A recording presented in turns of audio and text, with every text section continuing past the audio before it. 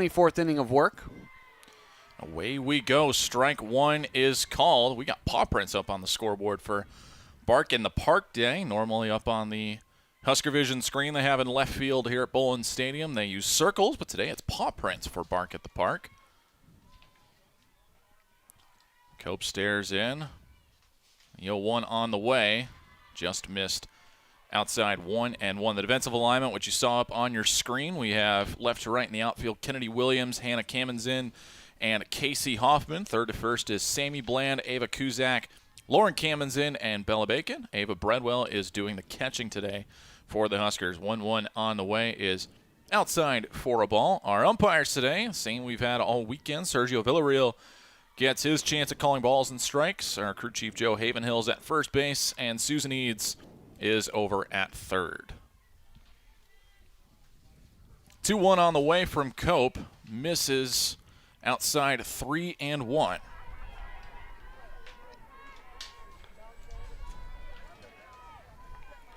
Not the start that Emerson Cope was looking for to get started on this windy, blustery day. 3-1 on the way, swung on and missed, strike two. That's a good job taking something off of that pitch. 63 in the zone, just unable to make contact. Tobias, a well-known slapper, but one thing you've noticed is that Tobias does sometimes step out of the box a little bit too soon. There's a slap shot into left field and a leadoff single for Margaret Tobias. Good start for the Gophers. and actually Tobias is going to be called out here. Like you mentioned, Danny, hey, she was out of the batter's box. Home plate umpire Sergio Villarreal automatically seeing that. We'll look at it here. Yep, right foot outside of the batter's box there on that slap shot. That's a great catch, and I think Susan Eads over at third base had something to do with that also. So there's one gone, and Taylor Kraft will dig in. Takes the first pitch for strike one.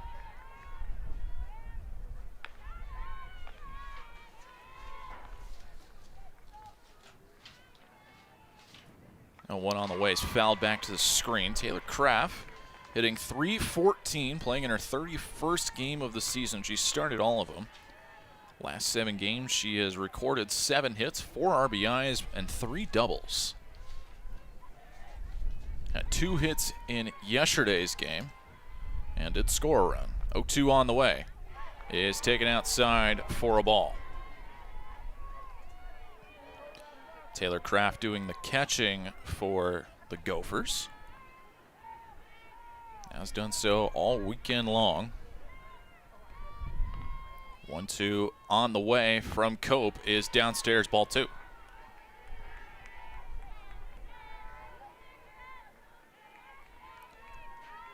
Infield is back a bit, but the outfield is near the warning track. Playing in what they call the no doubles territory. 2-2 on the way to Kraft is launched into right center field. That had a lot of tail on it, and it's going to roll the wall. Kraft is digging for second. Nice throw back in by the center fielder Kamenzen to prevent it from stretching any further, but a 1-out double for Taylor Kraft. And this is a great piece of hitting by the experienced catcher from Minnesota. She knows the wind is blowing from left to right across the field. She's going to take this pitch outside and drive it the other way over into the gap in right center field, and able to use those wheels to get all the way to second, put herself in scoring position. That had a lot of tail on it. It was going straight for that 225 sign in center field. Winds up just to the right of the Nebraska softball logos in center field. First offering to Nani Valencia is a ball outside. Valencia comes into today hitting .375. Next offering is outside for ball 2. Emerson Cope is getting hit hard here early. Had that slap hit through the middle that was called out for Tobias, and then Kraft hits one into the right center field gap. And it's now 3-0, just missed inside.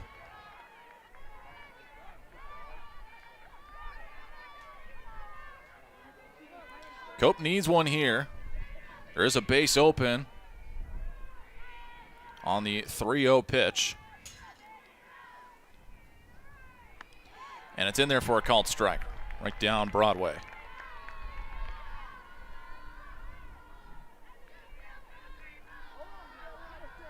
Chavez stands on deck, but a 3-1 coming up for Nani Valencia. Here is the 3-1, is lifted towards right field. Hoffman goes back, it's over her head. Off the wall, one hops, nice throw back in. Blowing through the stop sign is Kraft, and she scores. The stop sign went up early for head coach Piper Ritter at third base, but Taylor Kraft runs right through it and scores without a problem. 1-0 Gophers. Yeah, the reason the stop sign came up is because Piper Ritter over there at third base coach's box threw the hands up because Kraft had to wait to see if that ball was going to be caught, and it ultimately holds Valencia to a single. But Kraft experienced, she knows what she's doing on the field. She knew that throw was going to be tough with Hoffman trailing back and chasing it to the wall. Scores easily in what was a relatively, quick stop sign from her head coach. Not a great track there by Casey Hoffman in right field. Started in and ended up having to track backwards. Not able to track it down. So 1-0 Minnesota. First pitch to Chavez is on the outside corner for a called strike. One thing as an outfielder that you normally think to do, and you played outfield back in your heyday, you always want to take 2 steps back first, never coming in. Yeah, it's tough with the wind blowing like this. You know that it's going to trail away from you. Bouncing ball. Cope is able to glove it over to first, and they'll get the out there. So there is out number 2. Advancing to second on the play is Valencia. So Chavez is able to move the runners up, and here comes Magnee Werner. Cope able to get up there for it on a high bouncing ball. Never really had a play at second base. Valencia got a good jump. And now here's Werner. Takes a ball in the dirt, 63 miles an hour. She's hitting .276 on the season.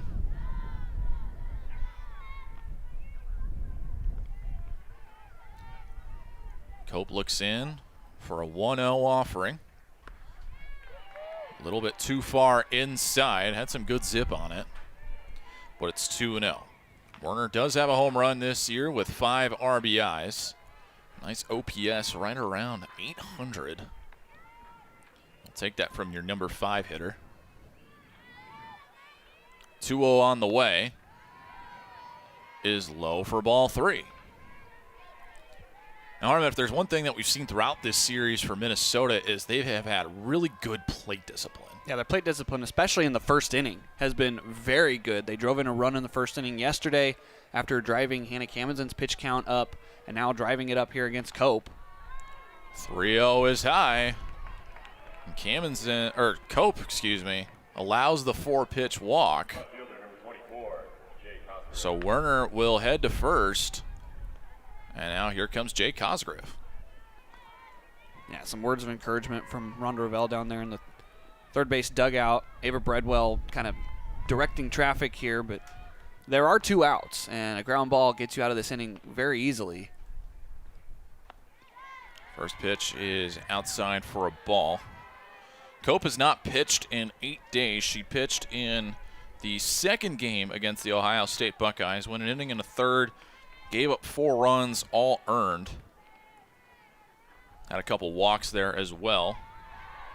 Next pitch is inside for ball 2, and already we're seeing Sergio Villarreal, our home plate umpire, has not been too kind to the pitchers. We'll see if that continues on as the game progresses. That pitch count for Cope is rising and rising quickly. Walks have not really been a problem for Cope this year, as the next pitch is in there for a called strike. Entering today, she had 23 2/3 innings and only walked 9 batters, which is not all bad, but already with the 1 today, and she's been working deep counts. Foul back to the screen, and she's a pitch away from getting out of the inning.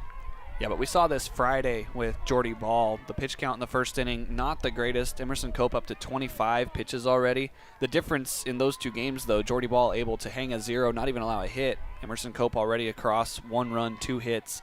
There's 2 runners out there on the base paths.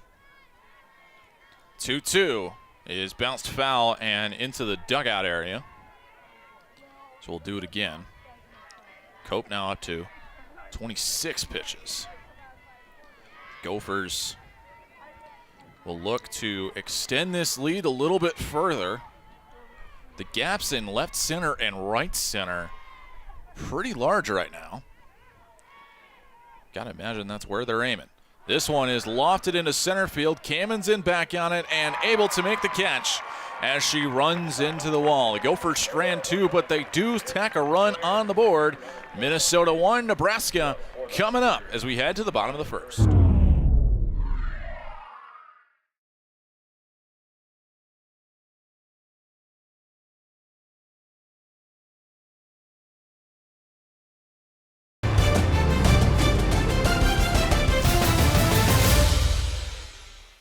Top of the order, Ava Kuzak will be leading off against the righty Sydney Schwartz.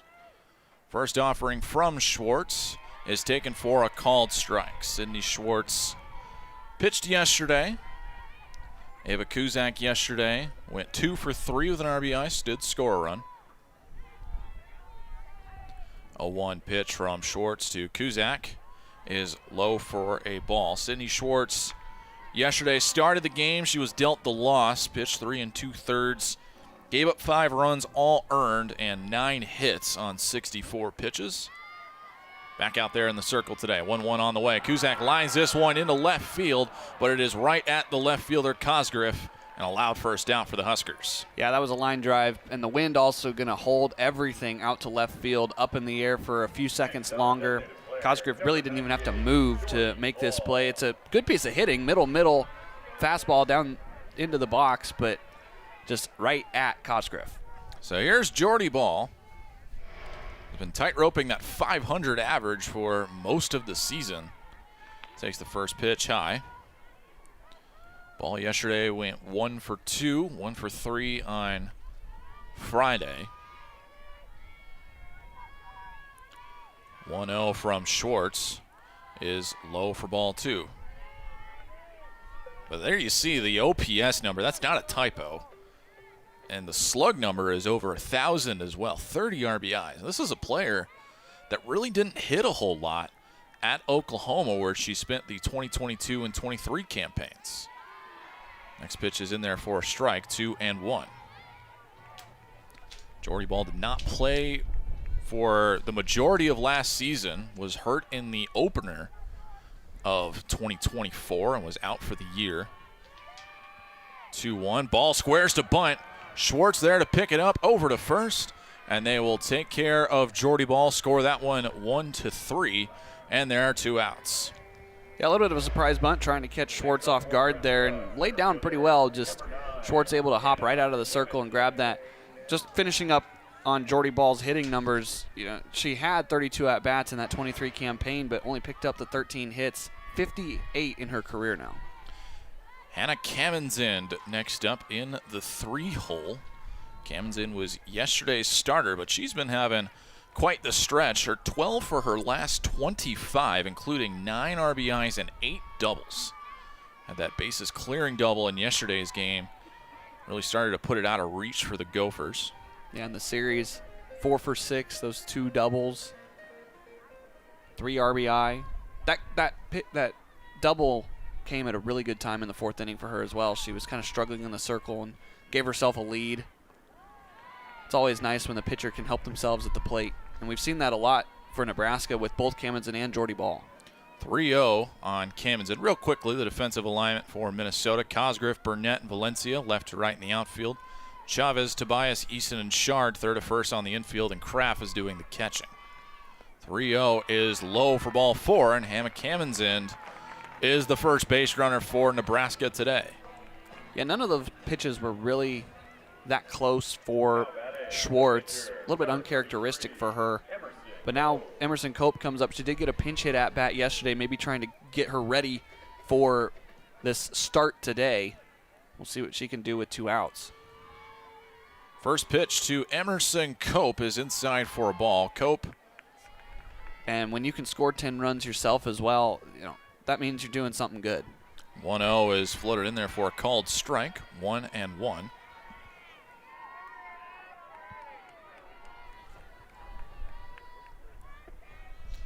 Kamens in, sits on first with 2 gone. The 1-1 is inside for a ball, 2-1. Emerson Cope, one of those players that pitches and hits for Nebraska, utility type, arm and bat. This is a player that was 2-time first team Kansas All-State, 2-time interleague. Bouncing ball over to first base. Chavez to Shard, and that will end the inning. Nebraska strands 1, can't score. We head to the second. Gophers lead 1-0.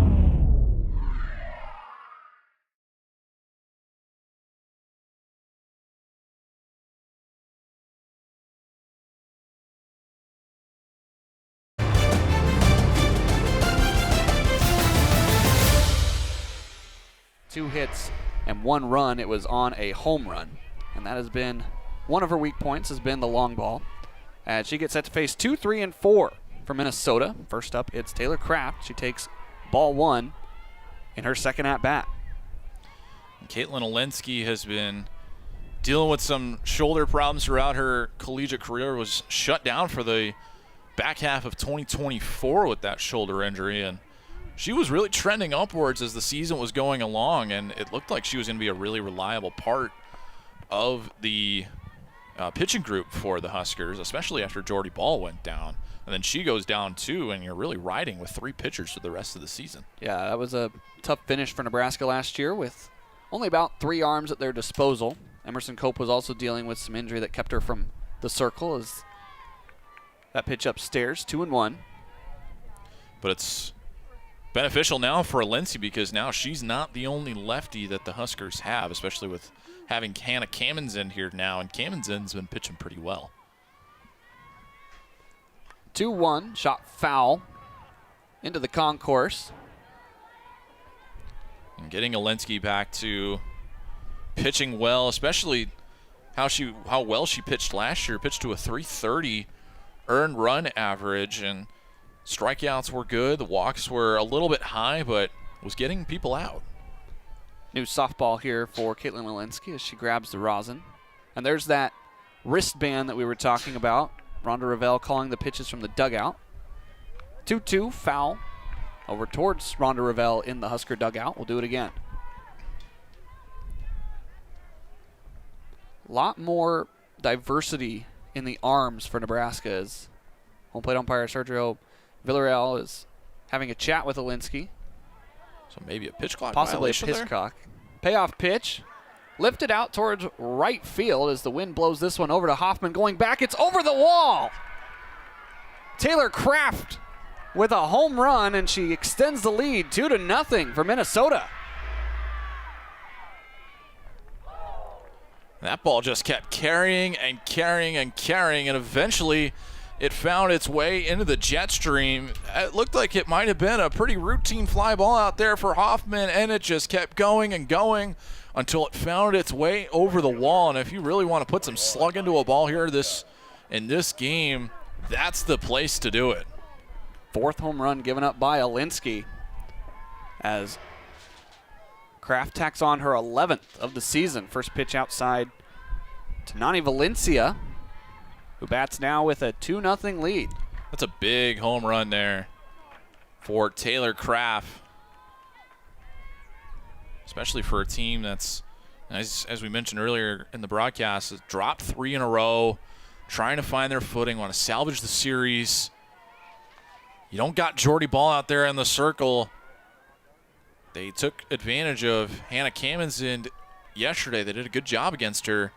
Then Ball came in and the bats went quiet again. So maybe Minnesota's found the calculus. Do the damage against anyone not named Jordy Ball. Pitch fouled off. Count moves to 2-1. Nani Valencia on the day singled, drove in Taylor Kraft, who scored both runs today. Was stranded at second base after a fly out by Cosgrove. 2-0 Minnesota. Pitch comes home, 3-1.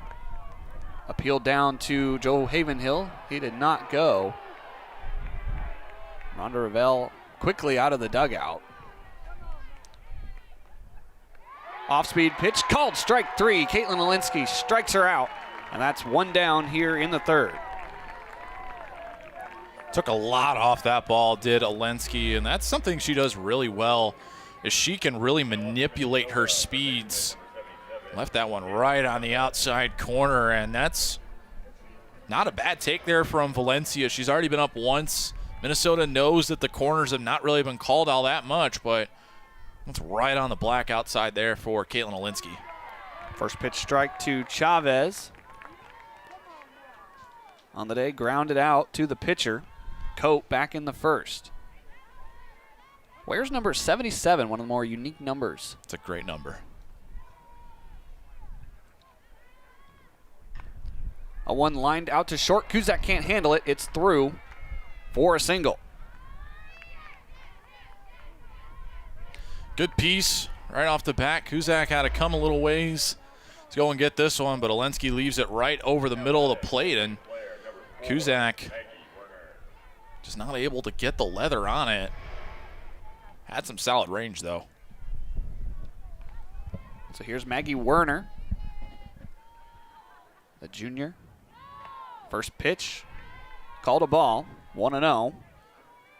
Werner batting .276 on the season. Walked her first time up.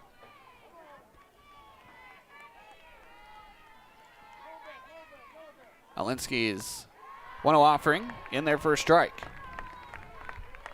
This is where Alinsky's experience comes into play, as she was one of those pitchers that the Huskers leaned on for the first half of the season last year, making 16 appearances. This pitch off the bat, unable to check up, was Werner. So the count to 1-2. Difficult situations are nothing new for her, and the same you could say about Sydney Schwartz as well earlier in the game. Didn't have a ton of experience last year, but with the Gophers graduating their two top arms from a season ago, each of them had over 100 innings. Off speed, called strike 3 again. Back-to-back strikeout, two strikeouts in the inning on that changeup. Werner goes down looking. Right now, there's no answer for it. There you see that one. Got a little bit of rise on it.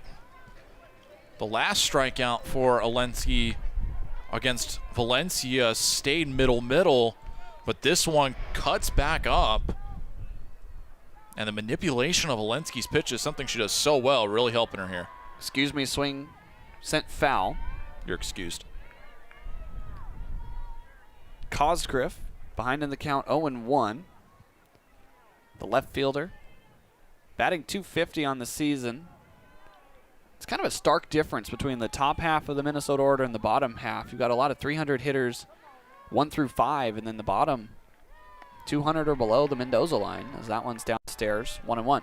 Yeah, Tobias Kraft, Valencia, all hitting above 310. Chavez is a little bit lower. She's at 250. Werner's right around 270, so not terrible, but you got Cosgriff in that middle 200s range too, especially for Shard and Burnett.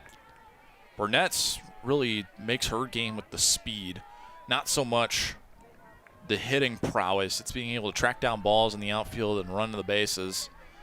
And then Shard just doesn't have much to show for yet this year, as we've mentioned, hitting just 125, but is getting plenty of reps, which is all you can ask for. 1-2 popped up. Kamenzen tracking over, now gives way for Hoffman, who retires the side.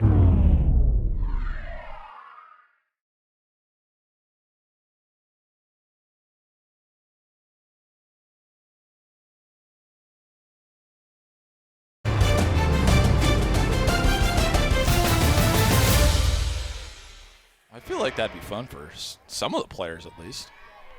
First pitch strike to Jordy Ball. I did bring my dog to the ballpark as well. It's a stuffed animal dog. It's been sitting up here in the booth with us, watching the game.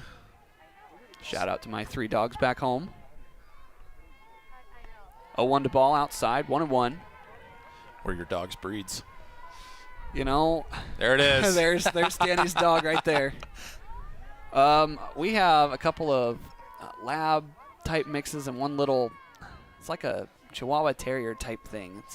I don't even know how to describe it. This one sent foul down the third baseline and able to be handled by Chavez.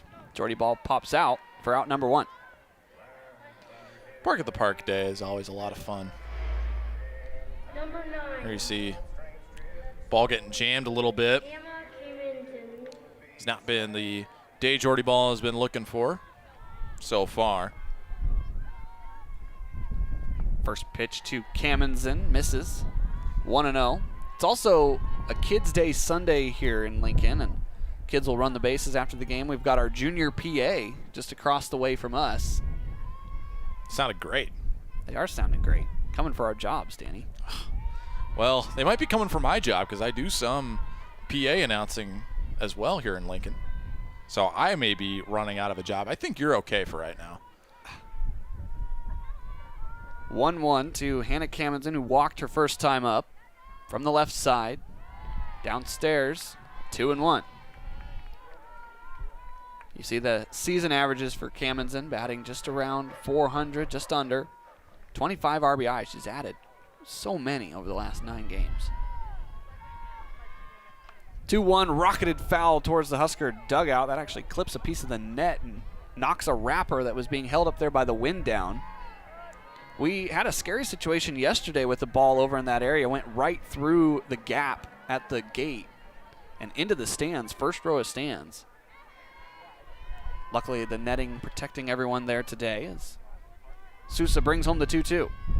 This one foul again, same spot. No wrapper knock this time. Actually, I think it was a pen.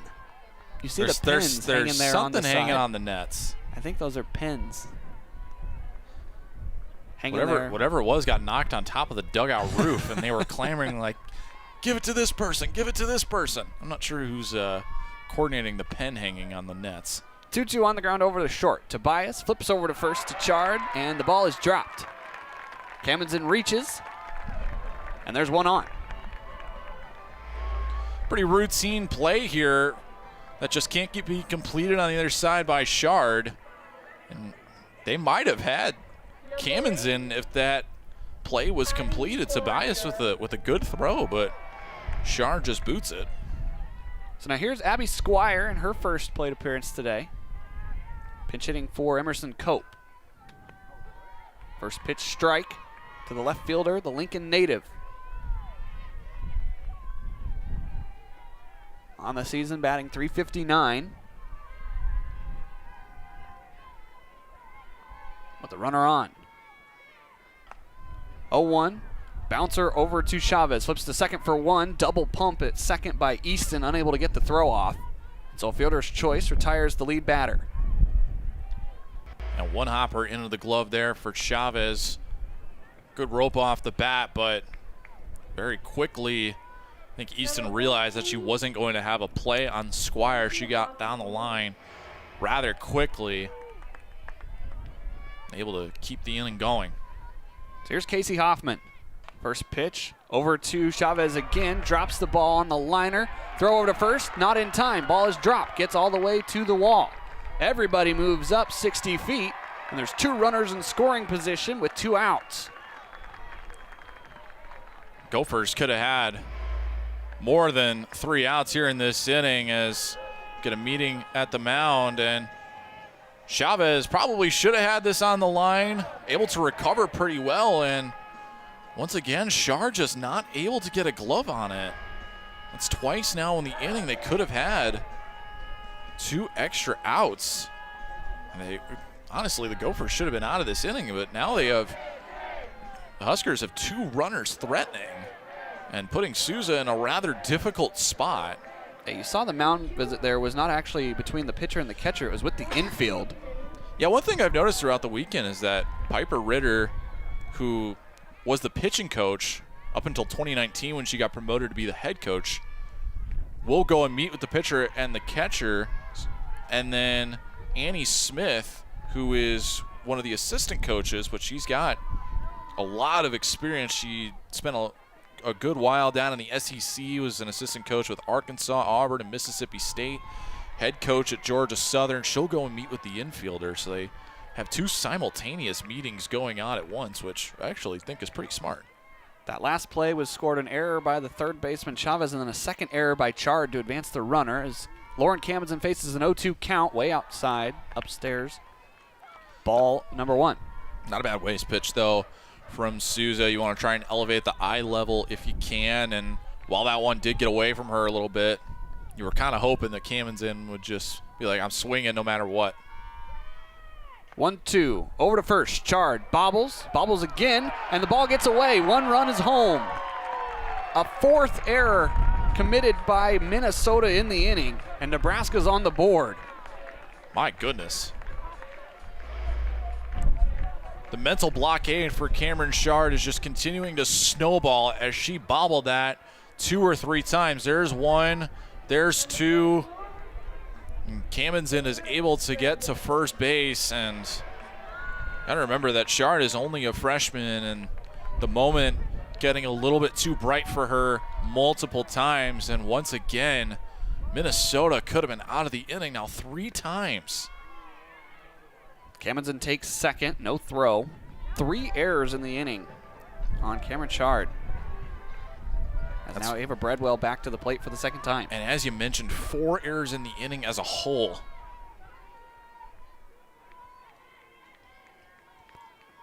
Minnesota. 0-1 pitch. Holding up Breadwell. Did she go? No appeal. It's 1-1. Now we will get an appeal. No swing, says Susan Eads.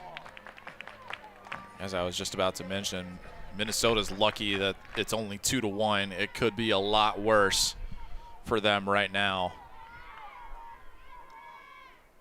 Breadwell lines one foul into the Gopher bullpen. And the count 1-2. A strike away is Sousa. Sousa's pitch count getting a little bit up there. Already up to 25. There you see Breadwell 1 for 1 on the day already. She can't put it over the fence. Last year she had 8 of them. 1-2. Foul. We'll do it again. Breadwell singled back in the second inning, was stranded at third after stealing second. With a prime opportunity to tie or take the lead in this game for the Huskers. The 2 runners on. The gaps are a little bit wide right now. The outfield is playing in just a little bit, about normal depth now. 1-2 liner up the middle. This will score at least 1. Rounding the bag is Camden on the way. Play at the plate. She is safe. Ava Breadwell stands at second. And Nebraska has flipped the tables in their favor. It's 3-2.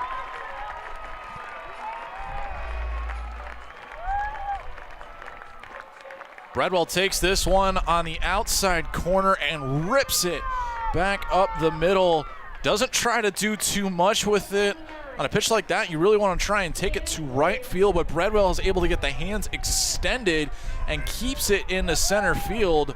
Nebraska really trying to test that arm of Breezy Burnett. It was a real strong throw, but ultimately it doesn't matter as both runs score for the Huskers. They got the lead. Bland takes a ball, score it a single, and then advancing to second on the throw for Ava Breadwell as she continues to turn her season around. Yeah, improved her batting average by 20 points in the last 2 games. It's a real rough start for Breadwell to begin the season, and now she's finally coming back to form after a huge year last year. She was made 3rd team All Midwest. Last year was part of the All Freshman team back in 2022. 2-0 to Bland. Foul, watch out down there down the line. Nebraska's first base coach getting out of the way.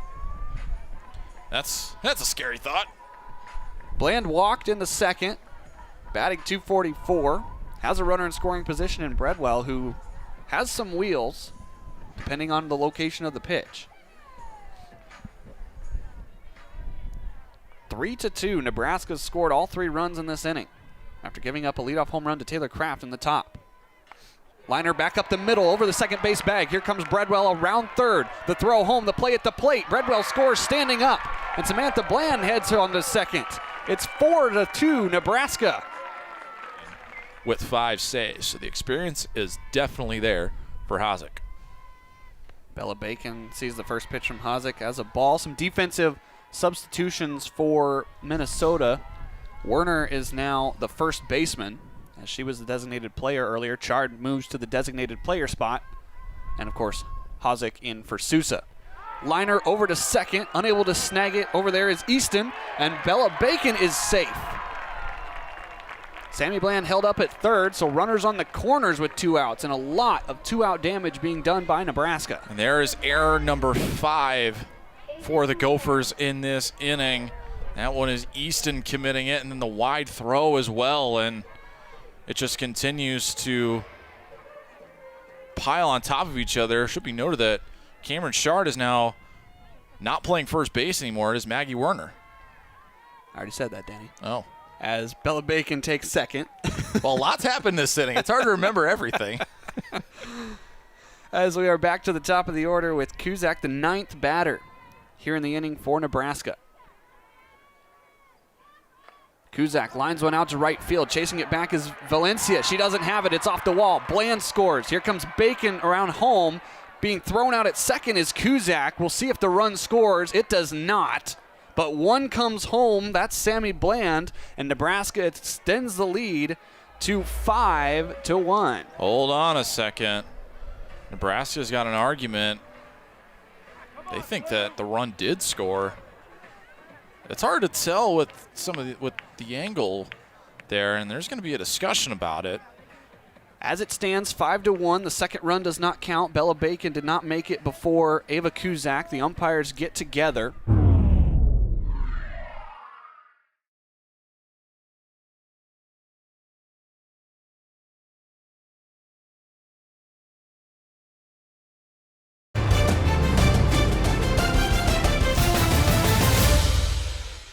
Due to time constraints, we now move ahead in the action. Up to the games.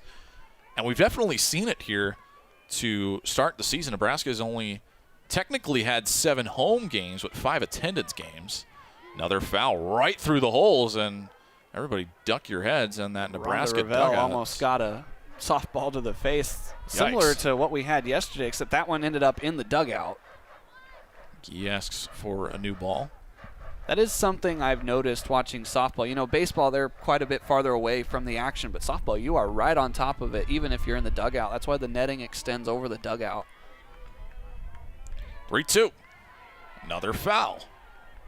Good job staying alive here by Valencia, making a long at-bat with Magnee, who gave up that leadoff base runner on a walk, trying to really put the pressure on the Husker pitcher.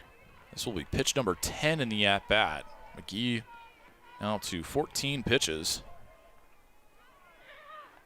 Swing and a miss. Strike 3. Magnee finally wins the battle. A long-winded battle. And Nebraska gets their first out of the inning. Climbs the ladder. Beautiful pitch. Yeah, just blew it right by her. A couple of off-speed pitches the couple before, and just speeds her up. Unable to catch up to it was Valencia's second strikeout of the day. There was 5 fouls in a row before that last pitch. This is line and foul off the net, off the bat of Chavez. Cleanup hitter. You know, we were talking about the attendance, and you wonder at some point if the interest continues to grow, will they open up the outfield grass? I don't know. You can see it sometimes on that high home camera. There is plenty of real estate out there, but you wonder. Certainly you think about attendance records, and of course Nebraska infamous for the stadium game for volleyball in 2003. There's been talk about expanding the Bob Devaney Sports Center, but in these venues, I don't know where they go. Well, it sounds like they found about 1,500 more seats in there. This is going to be fouled into the general admission area.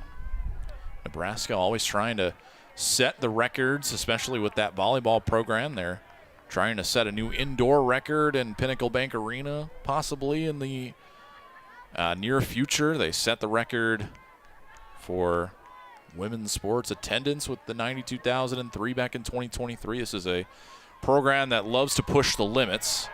Next pitch is outside for ball 2. And something Nebraska athletics has focused on all this year is the 50 years of women's varsity athletics here. Every pregame they've had a former member of the softball team come throughout the ceremony on first pitch. It's just a great celebration of women's sports. 2-2 on the way. Swing and a miss, strike 3. Kylee Magnee with 2 straight strikeouts. Another ladder climb. And she's 1 out away from getting out of the inning. Yeah, that's back-to-back pitches upstairs that Gopher hitters just have not been able to catch up to. If I'm Kylee Magnee, you've got to stick with that pitch a couple more times, see if anybody can make the adjustment. Hooper is still on first base. First pitch is in there for a called strike. 66 on the gun there from Magnee, who can zip it in there. Kraft reached on a walk to start the inning. Hooper pinch ran, and she's still there. 0-1 on the way. Bouncing ball foul. 0-2. The activity in that Nebraska bullpen has ceased. Yeah, both Hannah Cammons and Jordy Ball standing side by side with the backup catchers, Hayden Warner. You got to wonder what the plan is for the arms the rest of the way for Nebraska. But if Kylee Magnee keeps striking out these batters with the high heat, you almost have to leave her in. No balls, 2 strikes on Magnee Werner. 0 for 1, a walk and a strikeout. Here comes the 0-2. Bouncing ball foul, and that'll roll towards the dugout fence. We'll try it again. Warner on the day walked and struck out looking. That was the second strikeout by Alinsky. Moving from designated player to first base now. McMillan shaded over a little bit in center field towards the left-hand side. Still 0-2 on Werner. Magnee rocks and fires. Bouncer to Bland. Gloves it on a hop. Over to first. In time to end the inning. Kylee Magnee gives up a lead-off walk, but is able to send the next 3 down in short order. We head to the bottom half of the 5th inning. Nebraska leads 5-2 over Minnesota. You're on Big Ten Plus.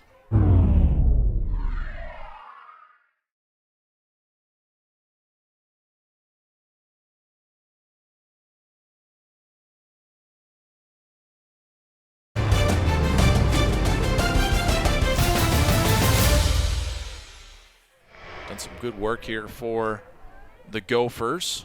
1 1/3 innings pitched and just 2 hits allowed, no runs. Cammons in, lines this one into right field. Got to get there quickly and is able to beat out the throw from Valencia. Leadoff single for Lauren Cammons in, but a heads-up play there by Valencia to try and make a play. Yeah, not very often can your right fielder potentially try and throw someone out at first. You don't see the 9-3 put out very often, but it's fun when you see it, though. That was definitely a good heads-up play by Valencia out there. Try and steal an out, maybe. Here comes Ava Breadwell. It took her a second to come on out as the first pitch ambushed by Cammons and didn't have a whole lot of time to get everything together for her at bat. 2 singles on the day. Takes the first pitch outside for ball 1. Cammons end is getting aggressive over there on first base. Cammons in, not the biggest stolen base threat, but can run when she needs to. There's the 0-1. Bradwell slaps that one foul.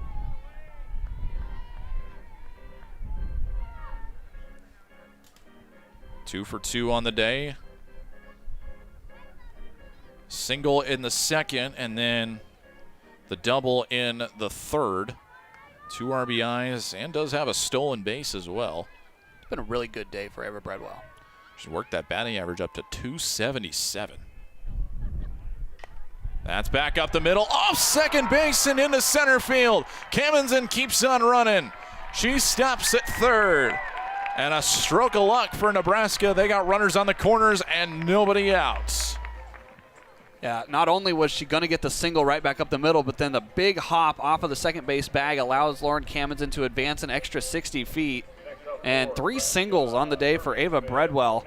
She's got to be feeling pretty good about how she's doing at the plate considering how the season started for her. Ava Breadwell came into the series hitting .237, and her batting average next time she comes up is going to be approaching .280. Sammy Bland swings at the first pitch. That's going to find the seats. Definitely the resurgent series that Ava Breadwell needed to have. There you see Bland on the day, 1 for 1, single, a walk, and an RBI that came on that single. She's raised her batting average a little bit as well, a walk and a single that drove in a run. The bats have come alive here this weekend for Nebraska. Bland to short. They get one there. Throw to first is not in time. It was awfully close. I wonder if Minnesota is going to want to take a look at it. But they do get the out at second, and the run does score. It's 6-2 Nebraska. Really close play down there at first. Good heads-up base running by Cammonson to come home. Knew the double play was in order. With nobody out, you're going to take that gamble. And we're not going to take a look here. Samantha Bland stands at first. Breadwell is out at second. Bland is at first. Cammonson scored. Bella Bacon takes a called strike. So Bland reaches on the fielder's choice, does get the RBI. Bacon is 0 for 2 today. Reached on a fielder's choice and also reached on an error. Grounds this one to Tobias. Tries to get it to second, and it's into right field. Bland will take third base. And the defense for Minnesota continues to unwind. That's their 6th error of the day. There you see Tobias just trying to get it over to Easton. It's a little bit high, but that's one Easton needs to grab. Yeah, we'll see if they give the error to Easton or to Tobias to give it to Tobias on the throw. Fielder's choice for Bacon. Runners at the corners with only one out. This is a dangerous spot to be in. Here's Ava Kuzak. First pitch is inside for a ball. 2 flyouts, one to left field, one to right field, and then a RBI single in that 3rd inning where the Huskers posted 5 runs. 6-2 is our score here, and Bacon is going to prance on down to second base. No throw from Taylor Kraft, the catcher. I'm kind of surprised we haven't seen a potential at least play down to second base. You might see the second baseman or the shortstop come in and cut the ball off, but there's been absolutely no concern paid to the runner at first when there's been a runner at third base. Kuzak now with a 3-0 count after Hosick missed low. Minnesota still has 2 pitchers that Nebraska has not seen this weekend, as here's the 3-0. And Kuzak lines this one into left field, tailing and foul off the concrete facade in the right field corner. So it'll be 3-1. But before we get to that, Harmon, how do you feel about swinging 3-0 there? You know, you've seen a pitcher that's given up a single, 2 singles, and hasn't really retired a batter by her own right. I don't mind the 3-0 swing. That one had home run power, though. That is lined into left field. That'll go for a hit. 1 run is in. That's Bland. Holding at third is Bacon. And Nebraska extends their lead. It's 7-2. This is a great piece of hitting. She went opposite the last time. She was a little late. Sends this one right into left field on the ground. Able to bring home Bland, who was speedy, standing at third. Bacon unable to advance, but with only 1 out, you try to play it safe. We're getting to the point now where Nebraska can try and potentially play towards the run rule, as it's 7-2, 5-run lead. Richardson did not make her first appearance until the Oklahoma City trip. First pitch to Jordy Ball is taken for a ball. And Kuzak took second base, and Nebraska definitely trying to play for this run rule here as they are inching closer. Ball hits this one back up the middle. Easton gloves it over to first. They retire Ball. Bacon comes in to score, and the Huskers increase their lead. It's now 8-2. Yeah, that's really the only play Minnesota had, was to get Jordy Ball. She's going to most likely, unless Nebraska gets another time around the order, going to end the day 0 for 4, which is very uncharacteristic for her, but does drive in the run, gets the RBI. So Nebraska. First pitch to Hannah Cammonson is taken for strike 1. Jordy Ball had a 14-game hitting streak entering today's game, and unless the bats really start to explode here for the Huskers and she finds another at-bat, that's going to come to a close. That one is foul down the right field line. Just barely foul. That one, had it taken one more hop before the chalk, might have stayed fair, but with the lefty bat and Camen's in, she just yanked it down the line right past the first base umpire, Joe Havenhill. Definitely a foul ball, but that one could have scored the 9th run of the day. Of course, Nebraska averaging 9.3 runs here at home in the 7 games they played. Camen's takes the next one outside for a ball. So the last time Jordy Ball did not record a hit in the game, you got to go back a month from today. It was against the Utah Utes. She went 0 for 4 in that game. Nebraska won that one 10-2. So it's been a while. Camen's takes the next one outside. It is now 2-2. That game against Utah was at the Nutter Classic in Cathedral City in beautiful, sunny California. Hey, now, it's sunny here in Nebraska. Yeah, but it's a lot warmer in California, I'm sure. Camen's takes the next one high, 3-2. This is a big pitch here for Richardson, trying to get the 3rd out and give the bats a chance for Minnesota. Here comes the 3-2 with 2 outs. Laced into left field, and that one is going to bounce off the top of the railing and into the Nebraska bullpen.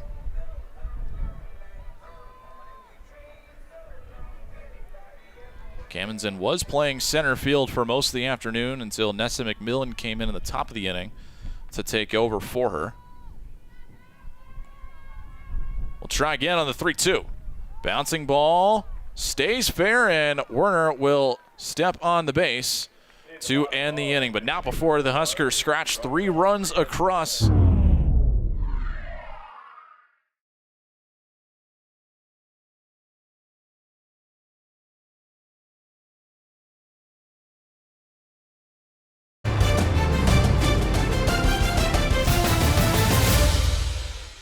Due to time constraints, we now move ahead in the action. So here we go, back in action. Shard at the plate takes the first pitch in there for a called strike.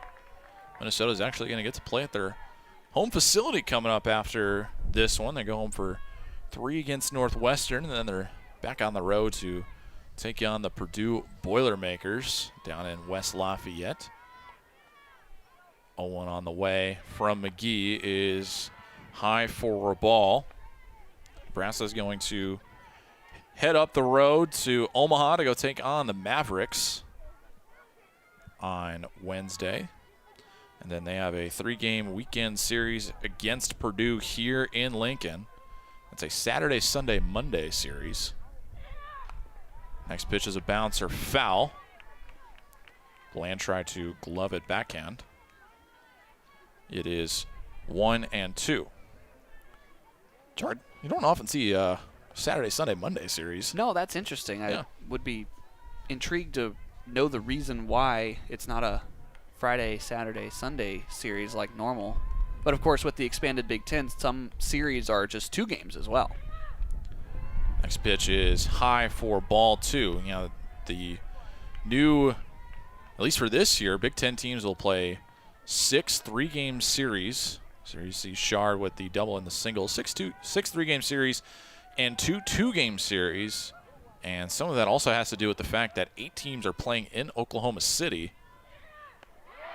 Checks her swing. Did she go around? Yes, she did.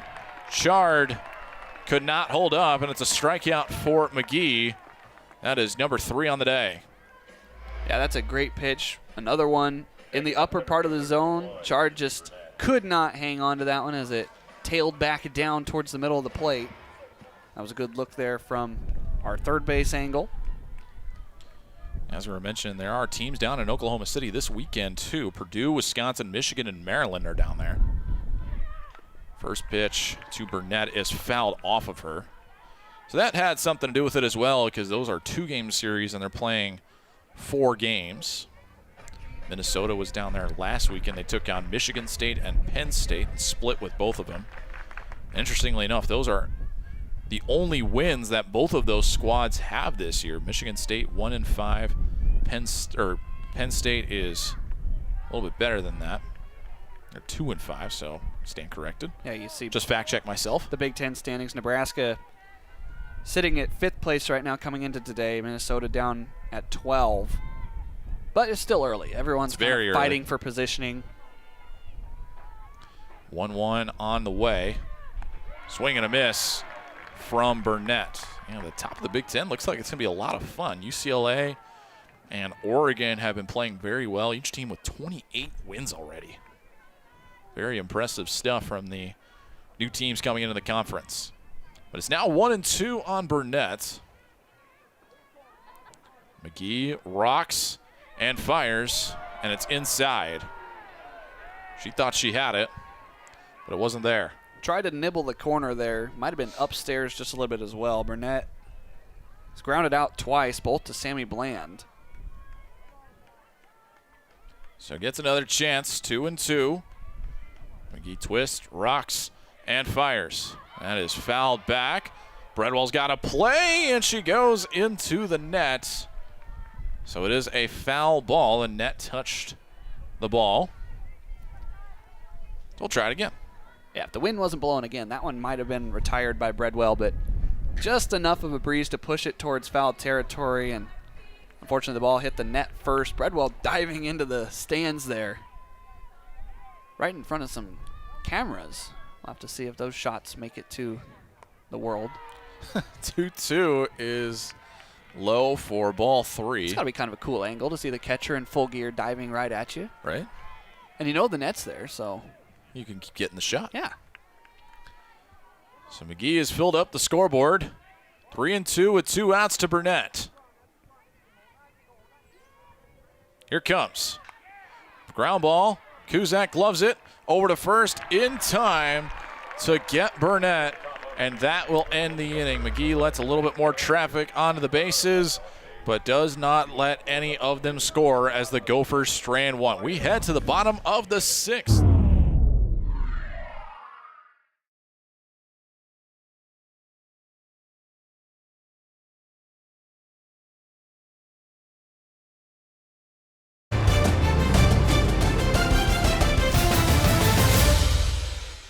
Due to time constraints, we now move ahead in the action. As Snippes is up in the Minnesota bullpen. DiNardo lifts this one high in the air to left field, tailing, and it is caught by Cosgriff for the first out of the frame.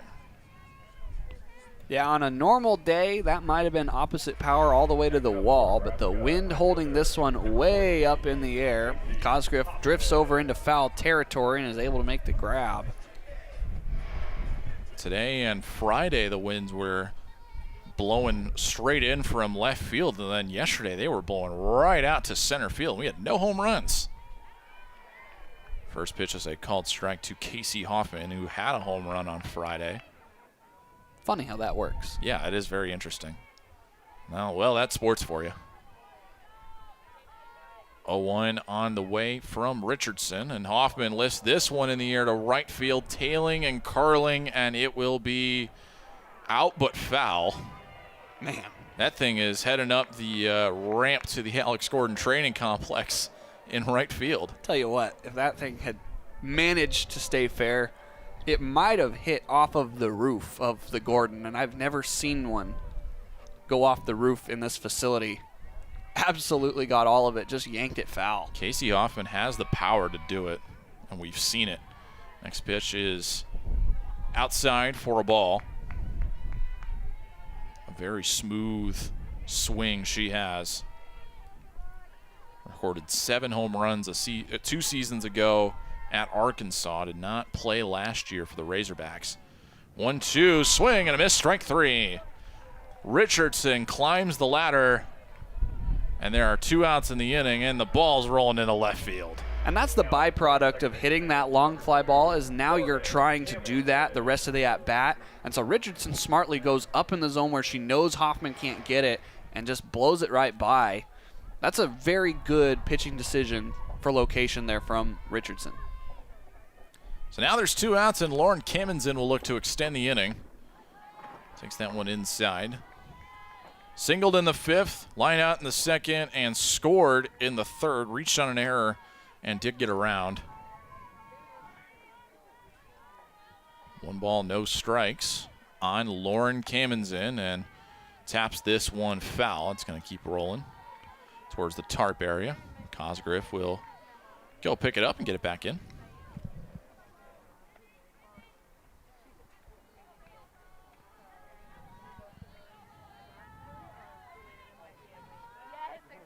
Kamenzin spent the last 2 seasons also in Arkansas with her sister Hannah. When one is fouled back, interestingly enough, Nebraska does have those 3 Arkansas transfers. All 3 of them are natives of Nebraska. Casey Hoffman is from Elkhorn, and then the Kamenzin sisters are from Valley, Nebraska, which is not too far outside of Omaha. 1-2 on the way. Kamenzin holds up, dropped off the table, and didn't bite. 2-2. That is a tempting pitch to swing at, 51 mile an hour below the zone, but it kind of turns into that like golf swing that you can sometimes get some good power off of. That's good eye by Kamenzin. 2-2. Kamenzin waves and misses at the off-speed pitch, and Nebraska goes down in short order in the 6th. We head to the 7th, and the Gophers have some work to do. 3 outs to get for the Huskers here on Big Ten Plus.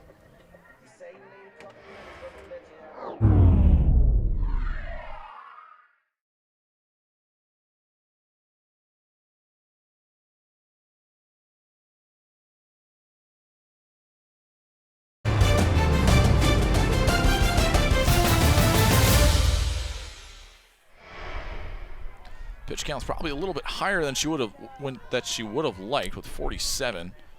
As the first pitch to Tobias is outside for a ball, but has worked a couple of deep counts. Here comes the 1-0 to the slapper Tobias, and takes a called strike. Margaret Tobias entered the day hitting .367, spent the last 3 years in Lexington with the Kentucky Wildcats. Lays off the next offering high, 2-1. It's amazing how many SEC transfers have come back to the Big Ten. You think about Arkansas and the Kamenzin sisters and Casey Hoffman, and of course Tobias coming in from Kentucky for Minnesota. Tobias now with a 3-1 on her. Taylor Craft also spent a season with the Duke Blue Devils. That's where she started her career and then transferred to Minnesota beginning in the 2023 season. Here comes the 3-1. Bouncing ball back to the mound. Magnee gloves it over to first, and they get the out there. 1 gone here in the 7th. Good job fielding your position if you're Magnee. You're coming off of that high effort throw from the circle, and just a tapper, able to grab it. I might be crazy, but did it look like it hit off her foot there for a second? I'm not one to judge that. I'm not the umpire. Yep, that's why we're up here. I'm sure Nebraska will take the out either way. I'm sure they're not complaining. First pitch on the way is high for a ball against Kraft. A double, a home run, and a walk. Scored twice today. Those are the 2 runs for the Gophers, down 8-2 here in the 7th. Long way to go. And it's fouled off the knob. Can hear Magnee making some grunting noises as she delivers the pitch. Really trying to light up the radar gun here. 2-2 on the way. Is popped up. Bredwell's got a play, and she's got it for out number 2. They're finally able to grab one in foul territory. Yeah, the wind died down just enough now to for get that brief play, moment. and now the flags are blowing like crazy. You mentioned Kraft being the 2 runs today. She's scored 3 of the 5 that Minnesota has scored this weekend, the other 2 belonging to Tobias. So the top of the order has been able to score. It's just kind of been slow at the plate for the Gophers. The Gophers have not had a great weekend when it comes to scoring. First pitch to Valencia is in there for a called strike.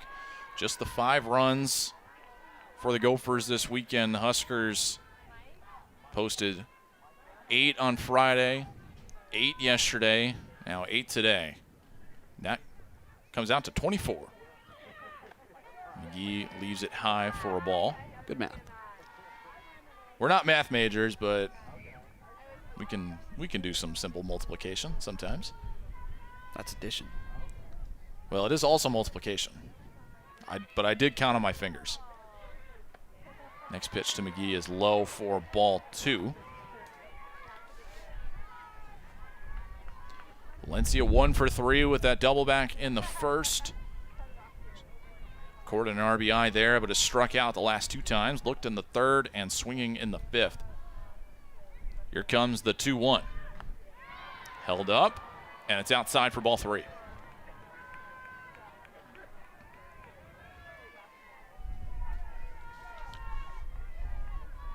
Three balls and 1 strike on Valencia.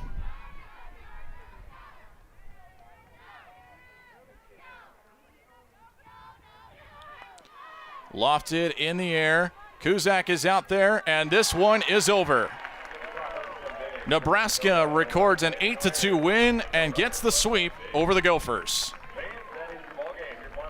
A very impressive Big Ten opening weekend for Nebraska, scoring 8 runs in all 3 games, holding the Gophers to 3 runs over those 3, or 5 runs rather, over those 3 games. And it was an all-around effort for the Cornhuskers today. They pitched quite a few arms. They had 4 different arms out there. The Gophers also with 4 different arms, and really good start to conference play here at home for Nebraska. They build upon that 1-1 record that they had after leaving Ohio State. And for Minnesota, they're going to have to head home and get the bats going against Northwestern next weekend.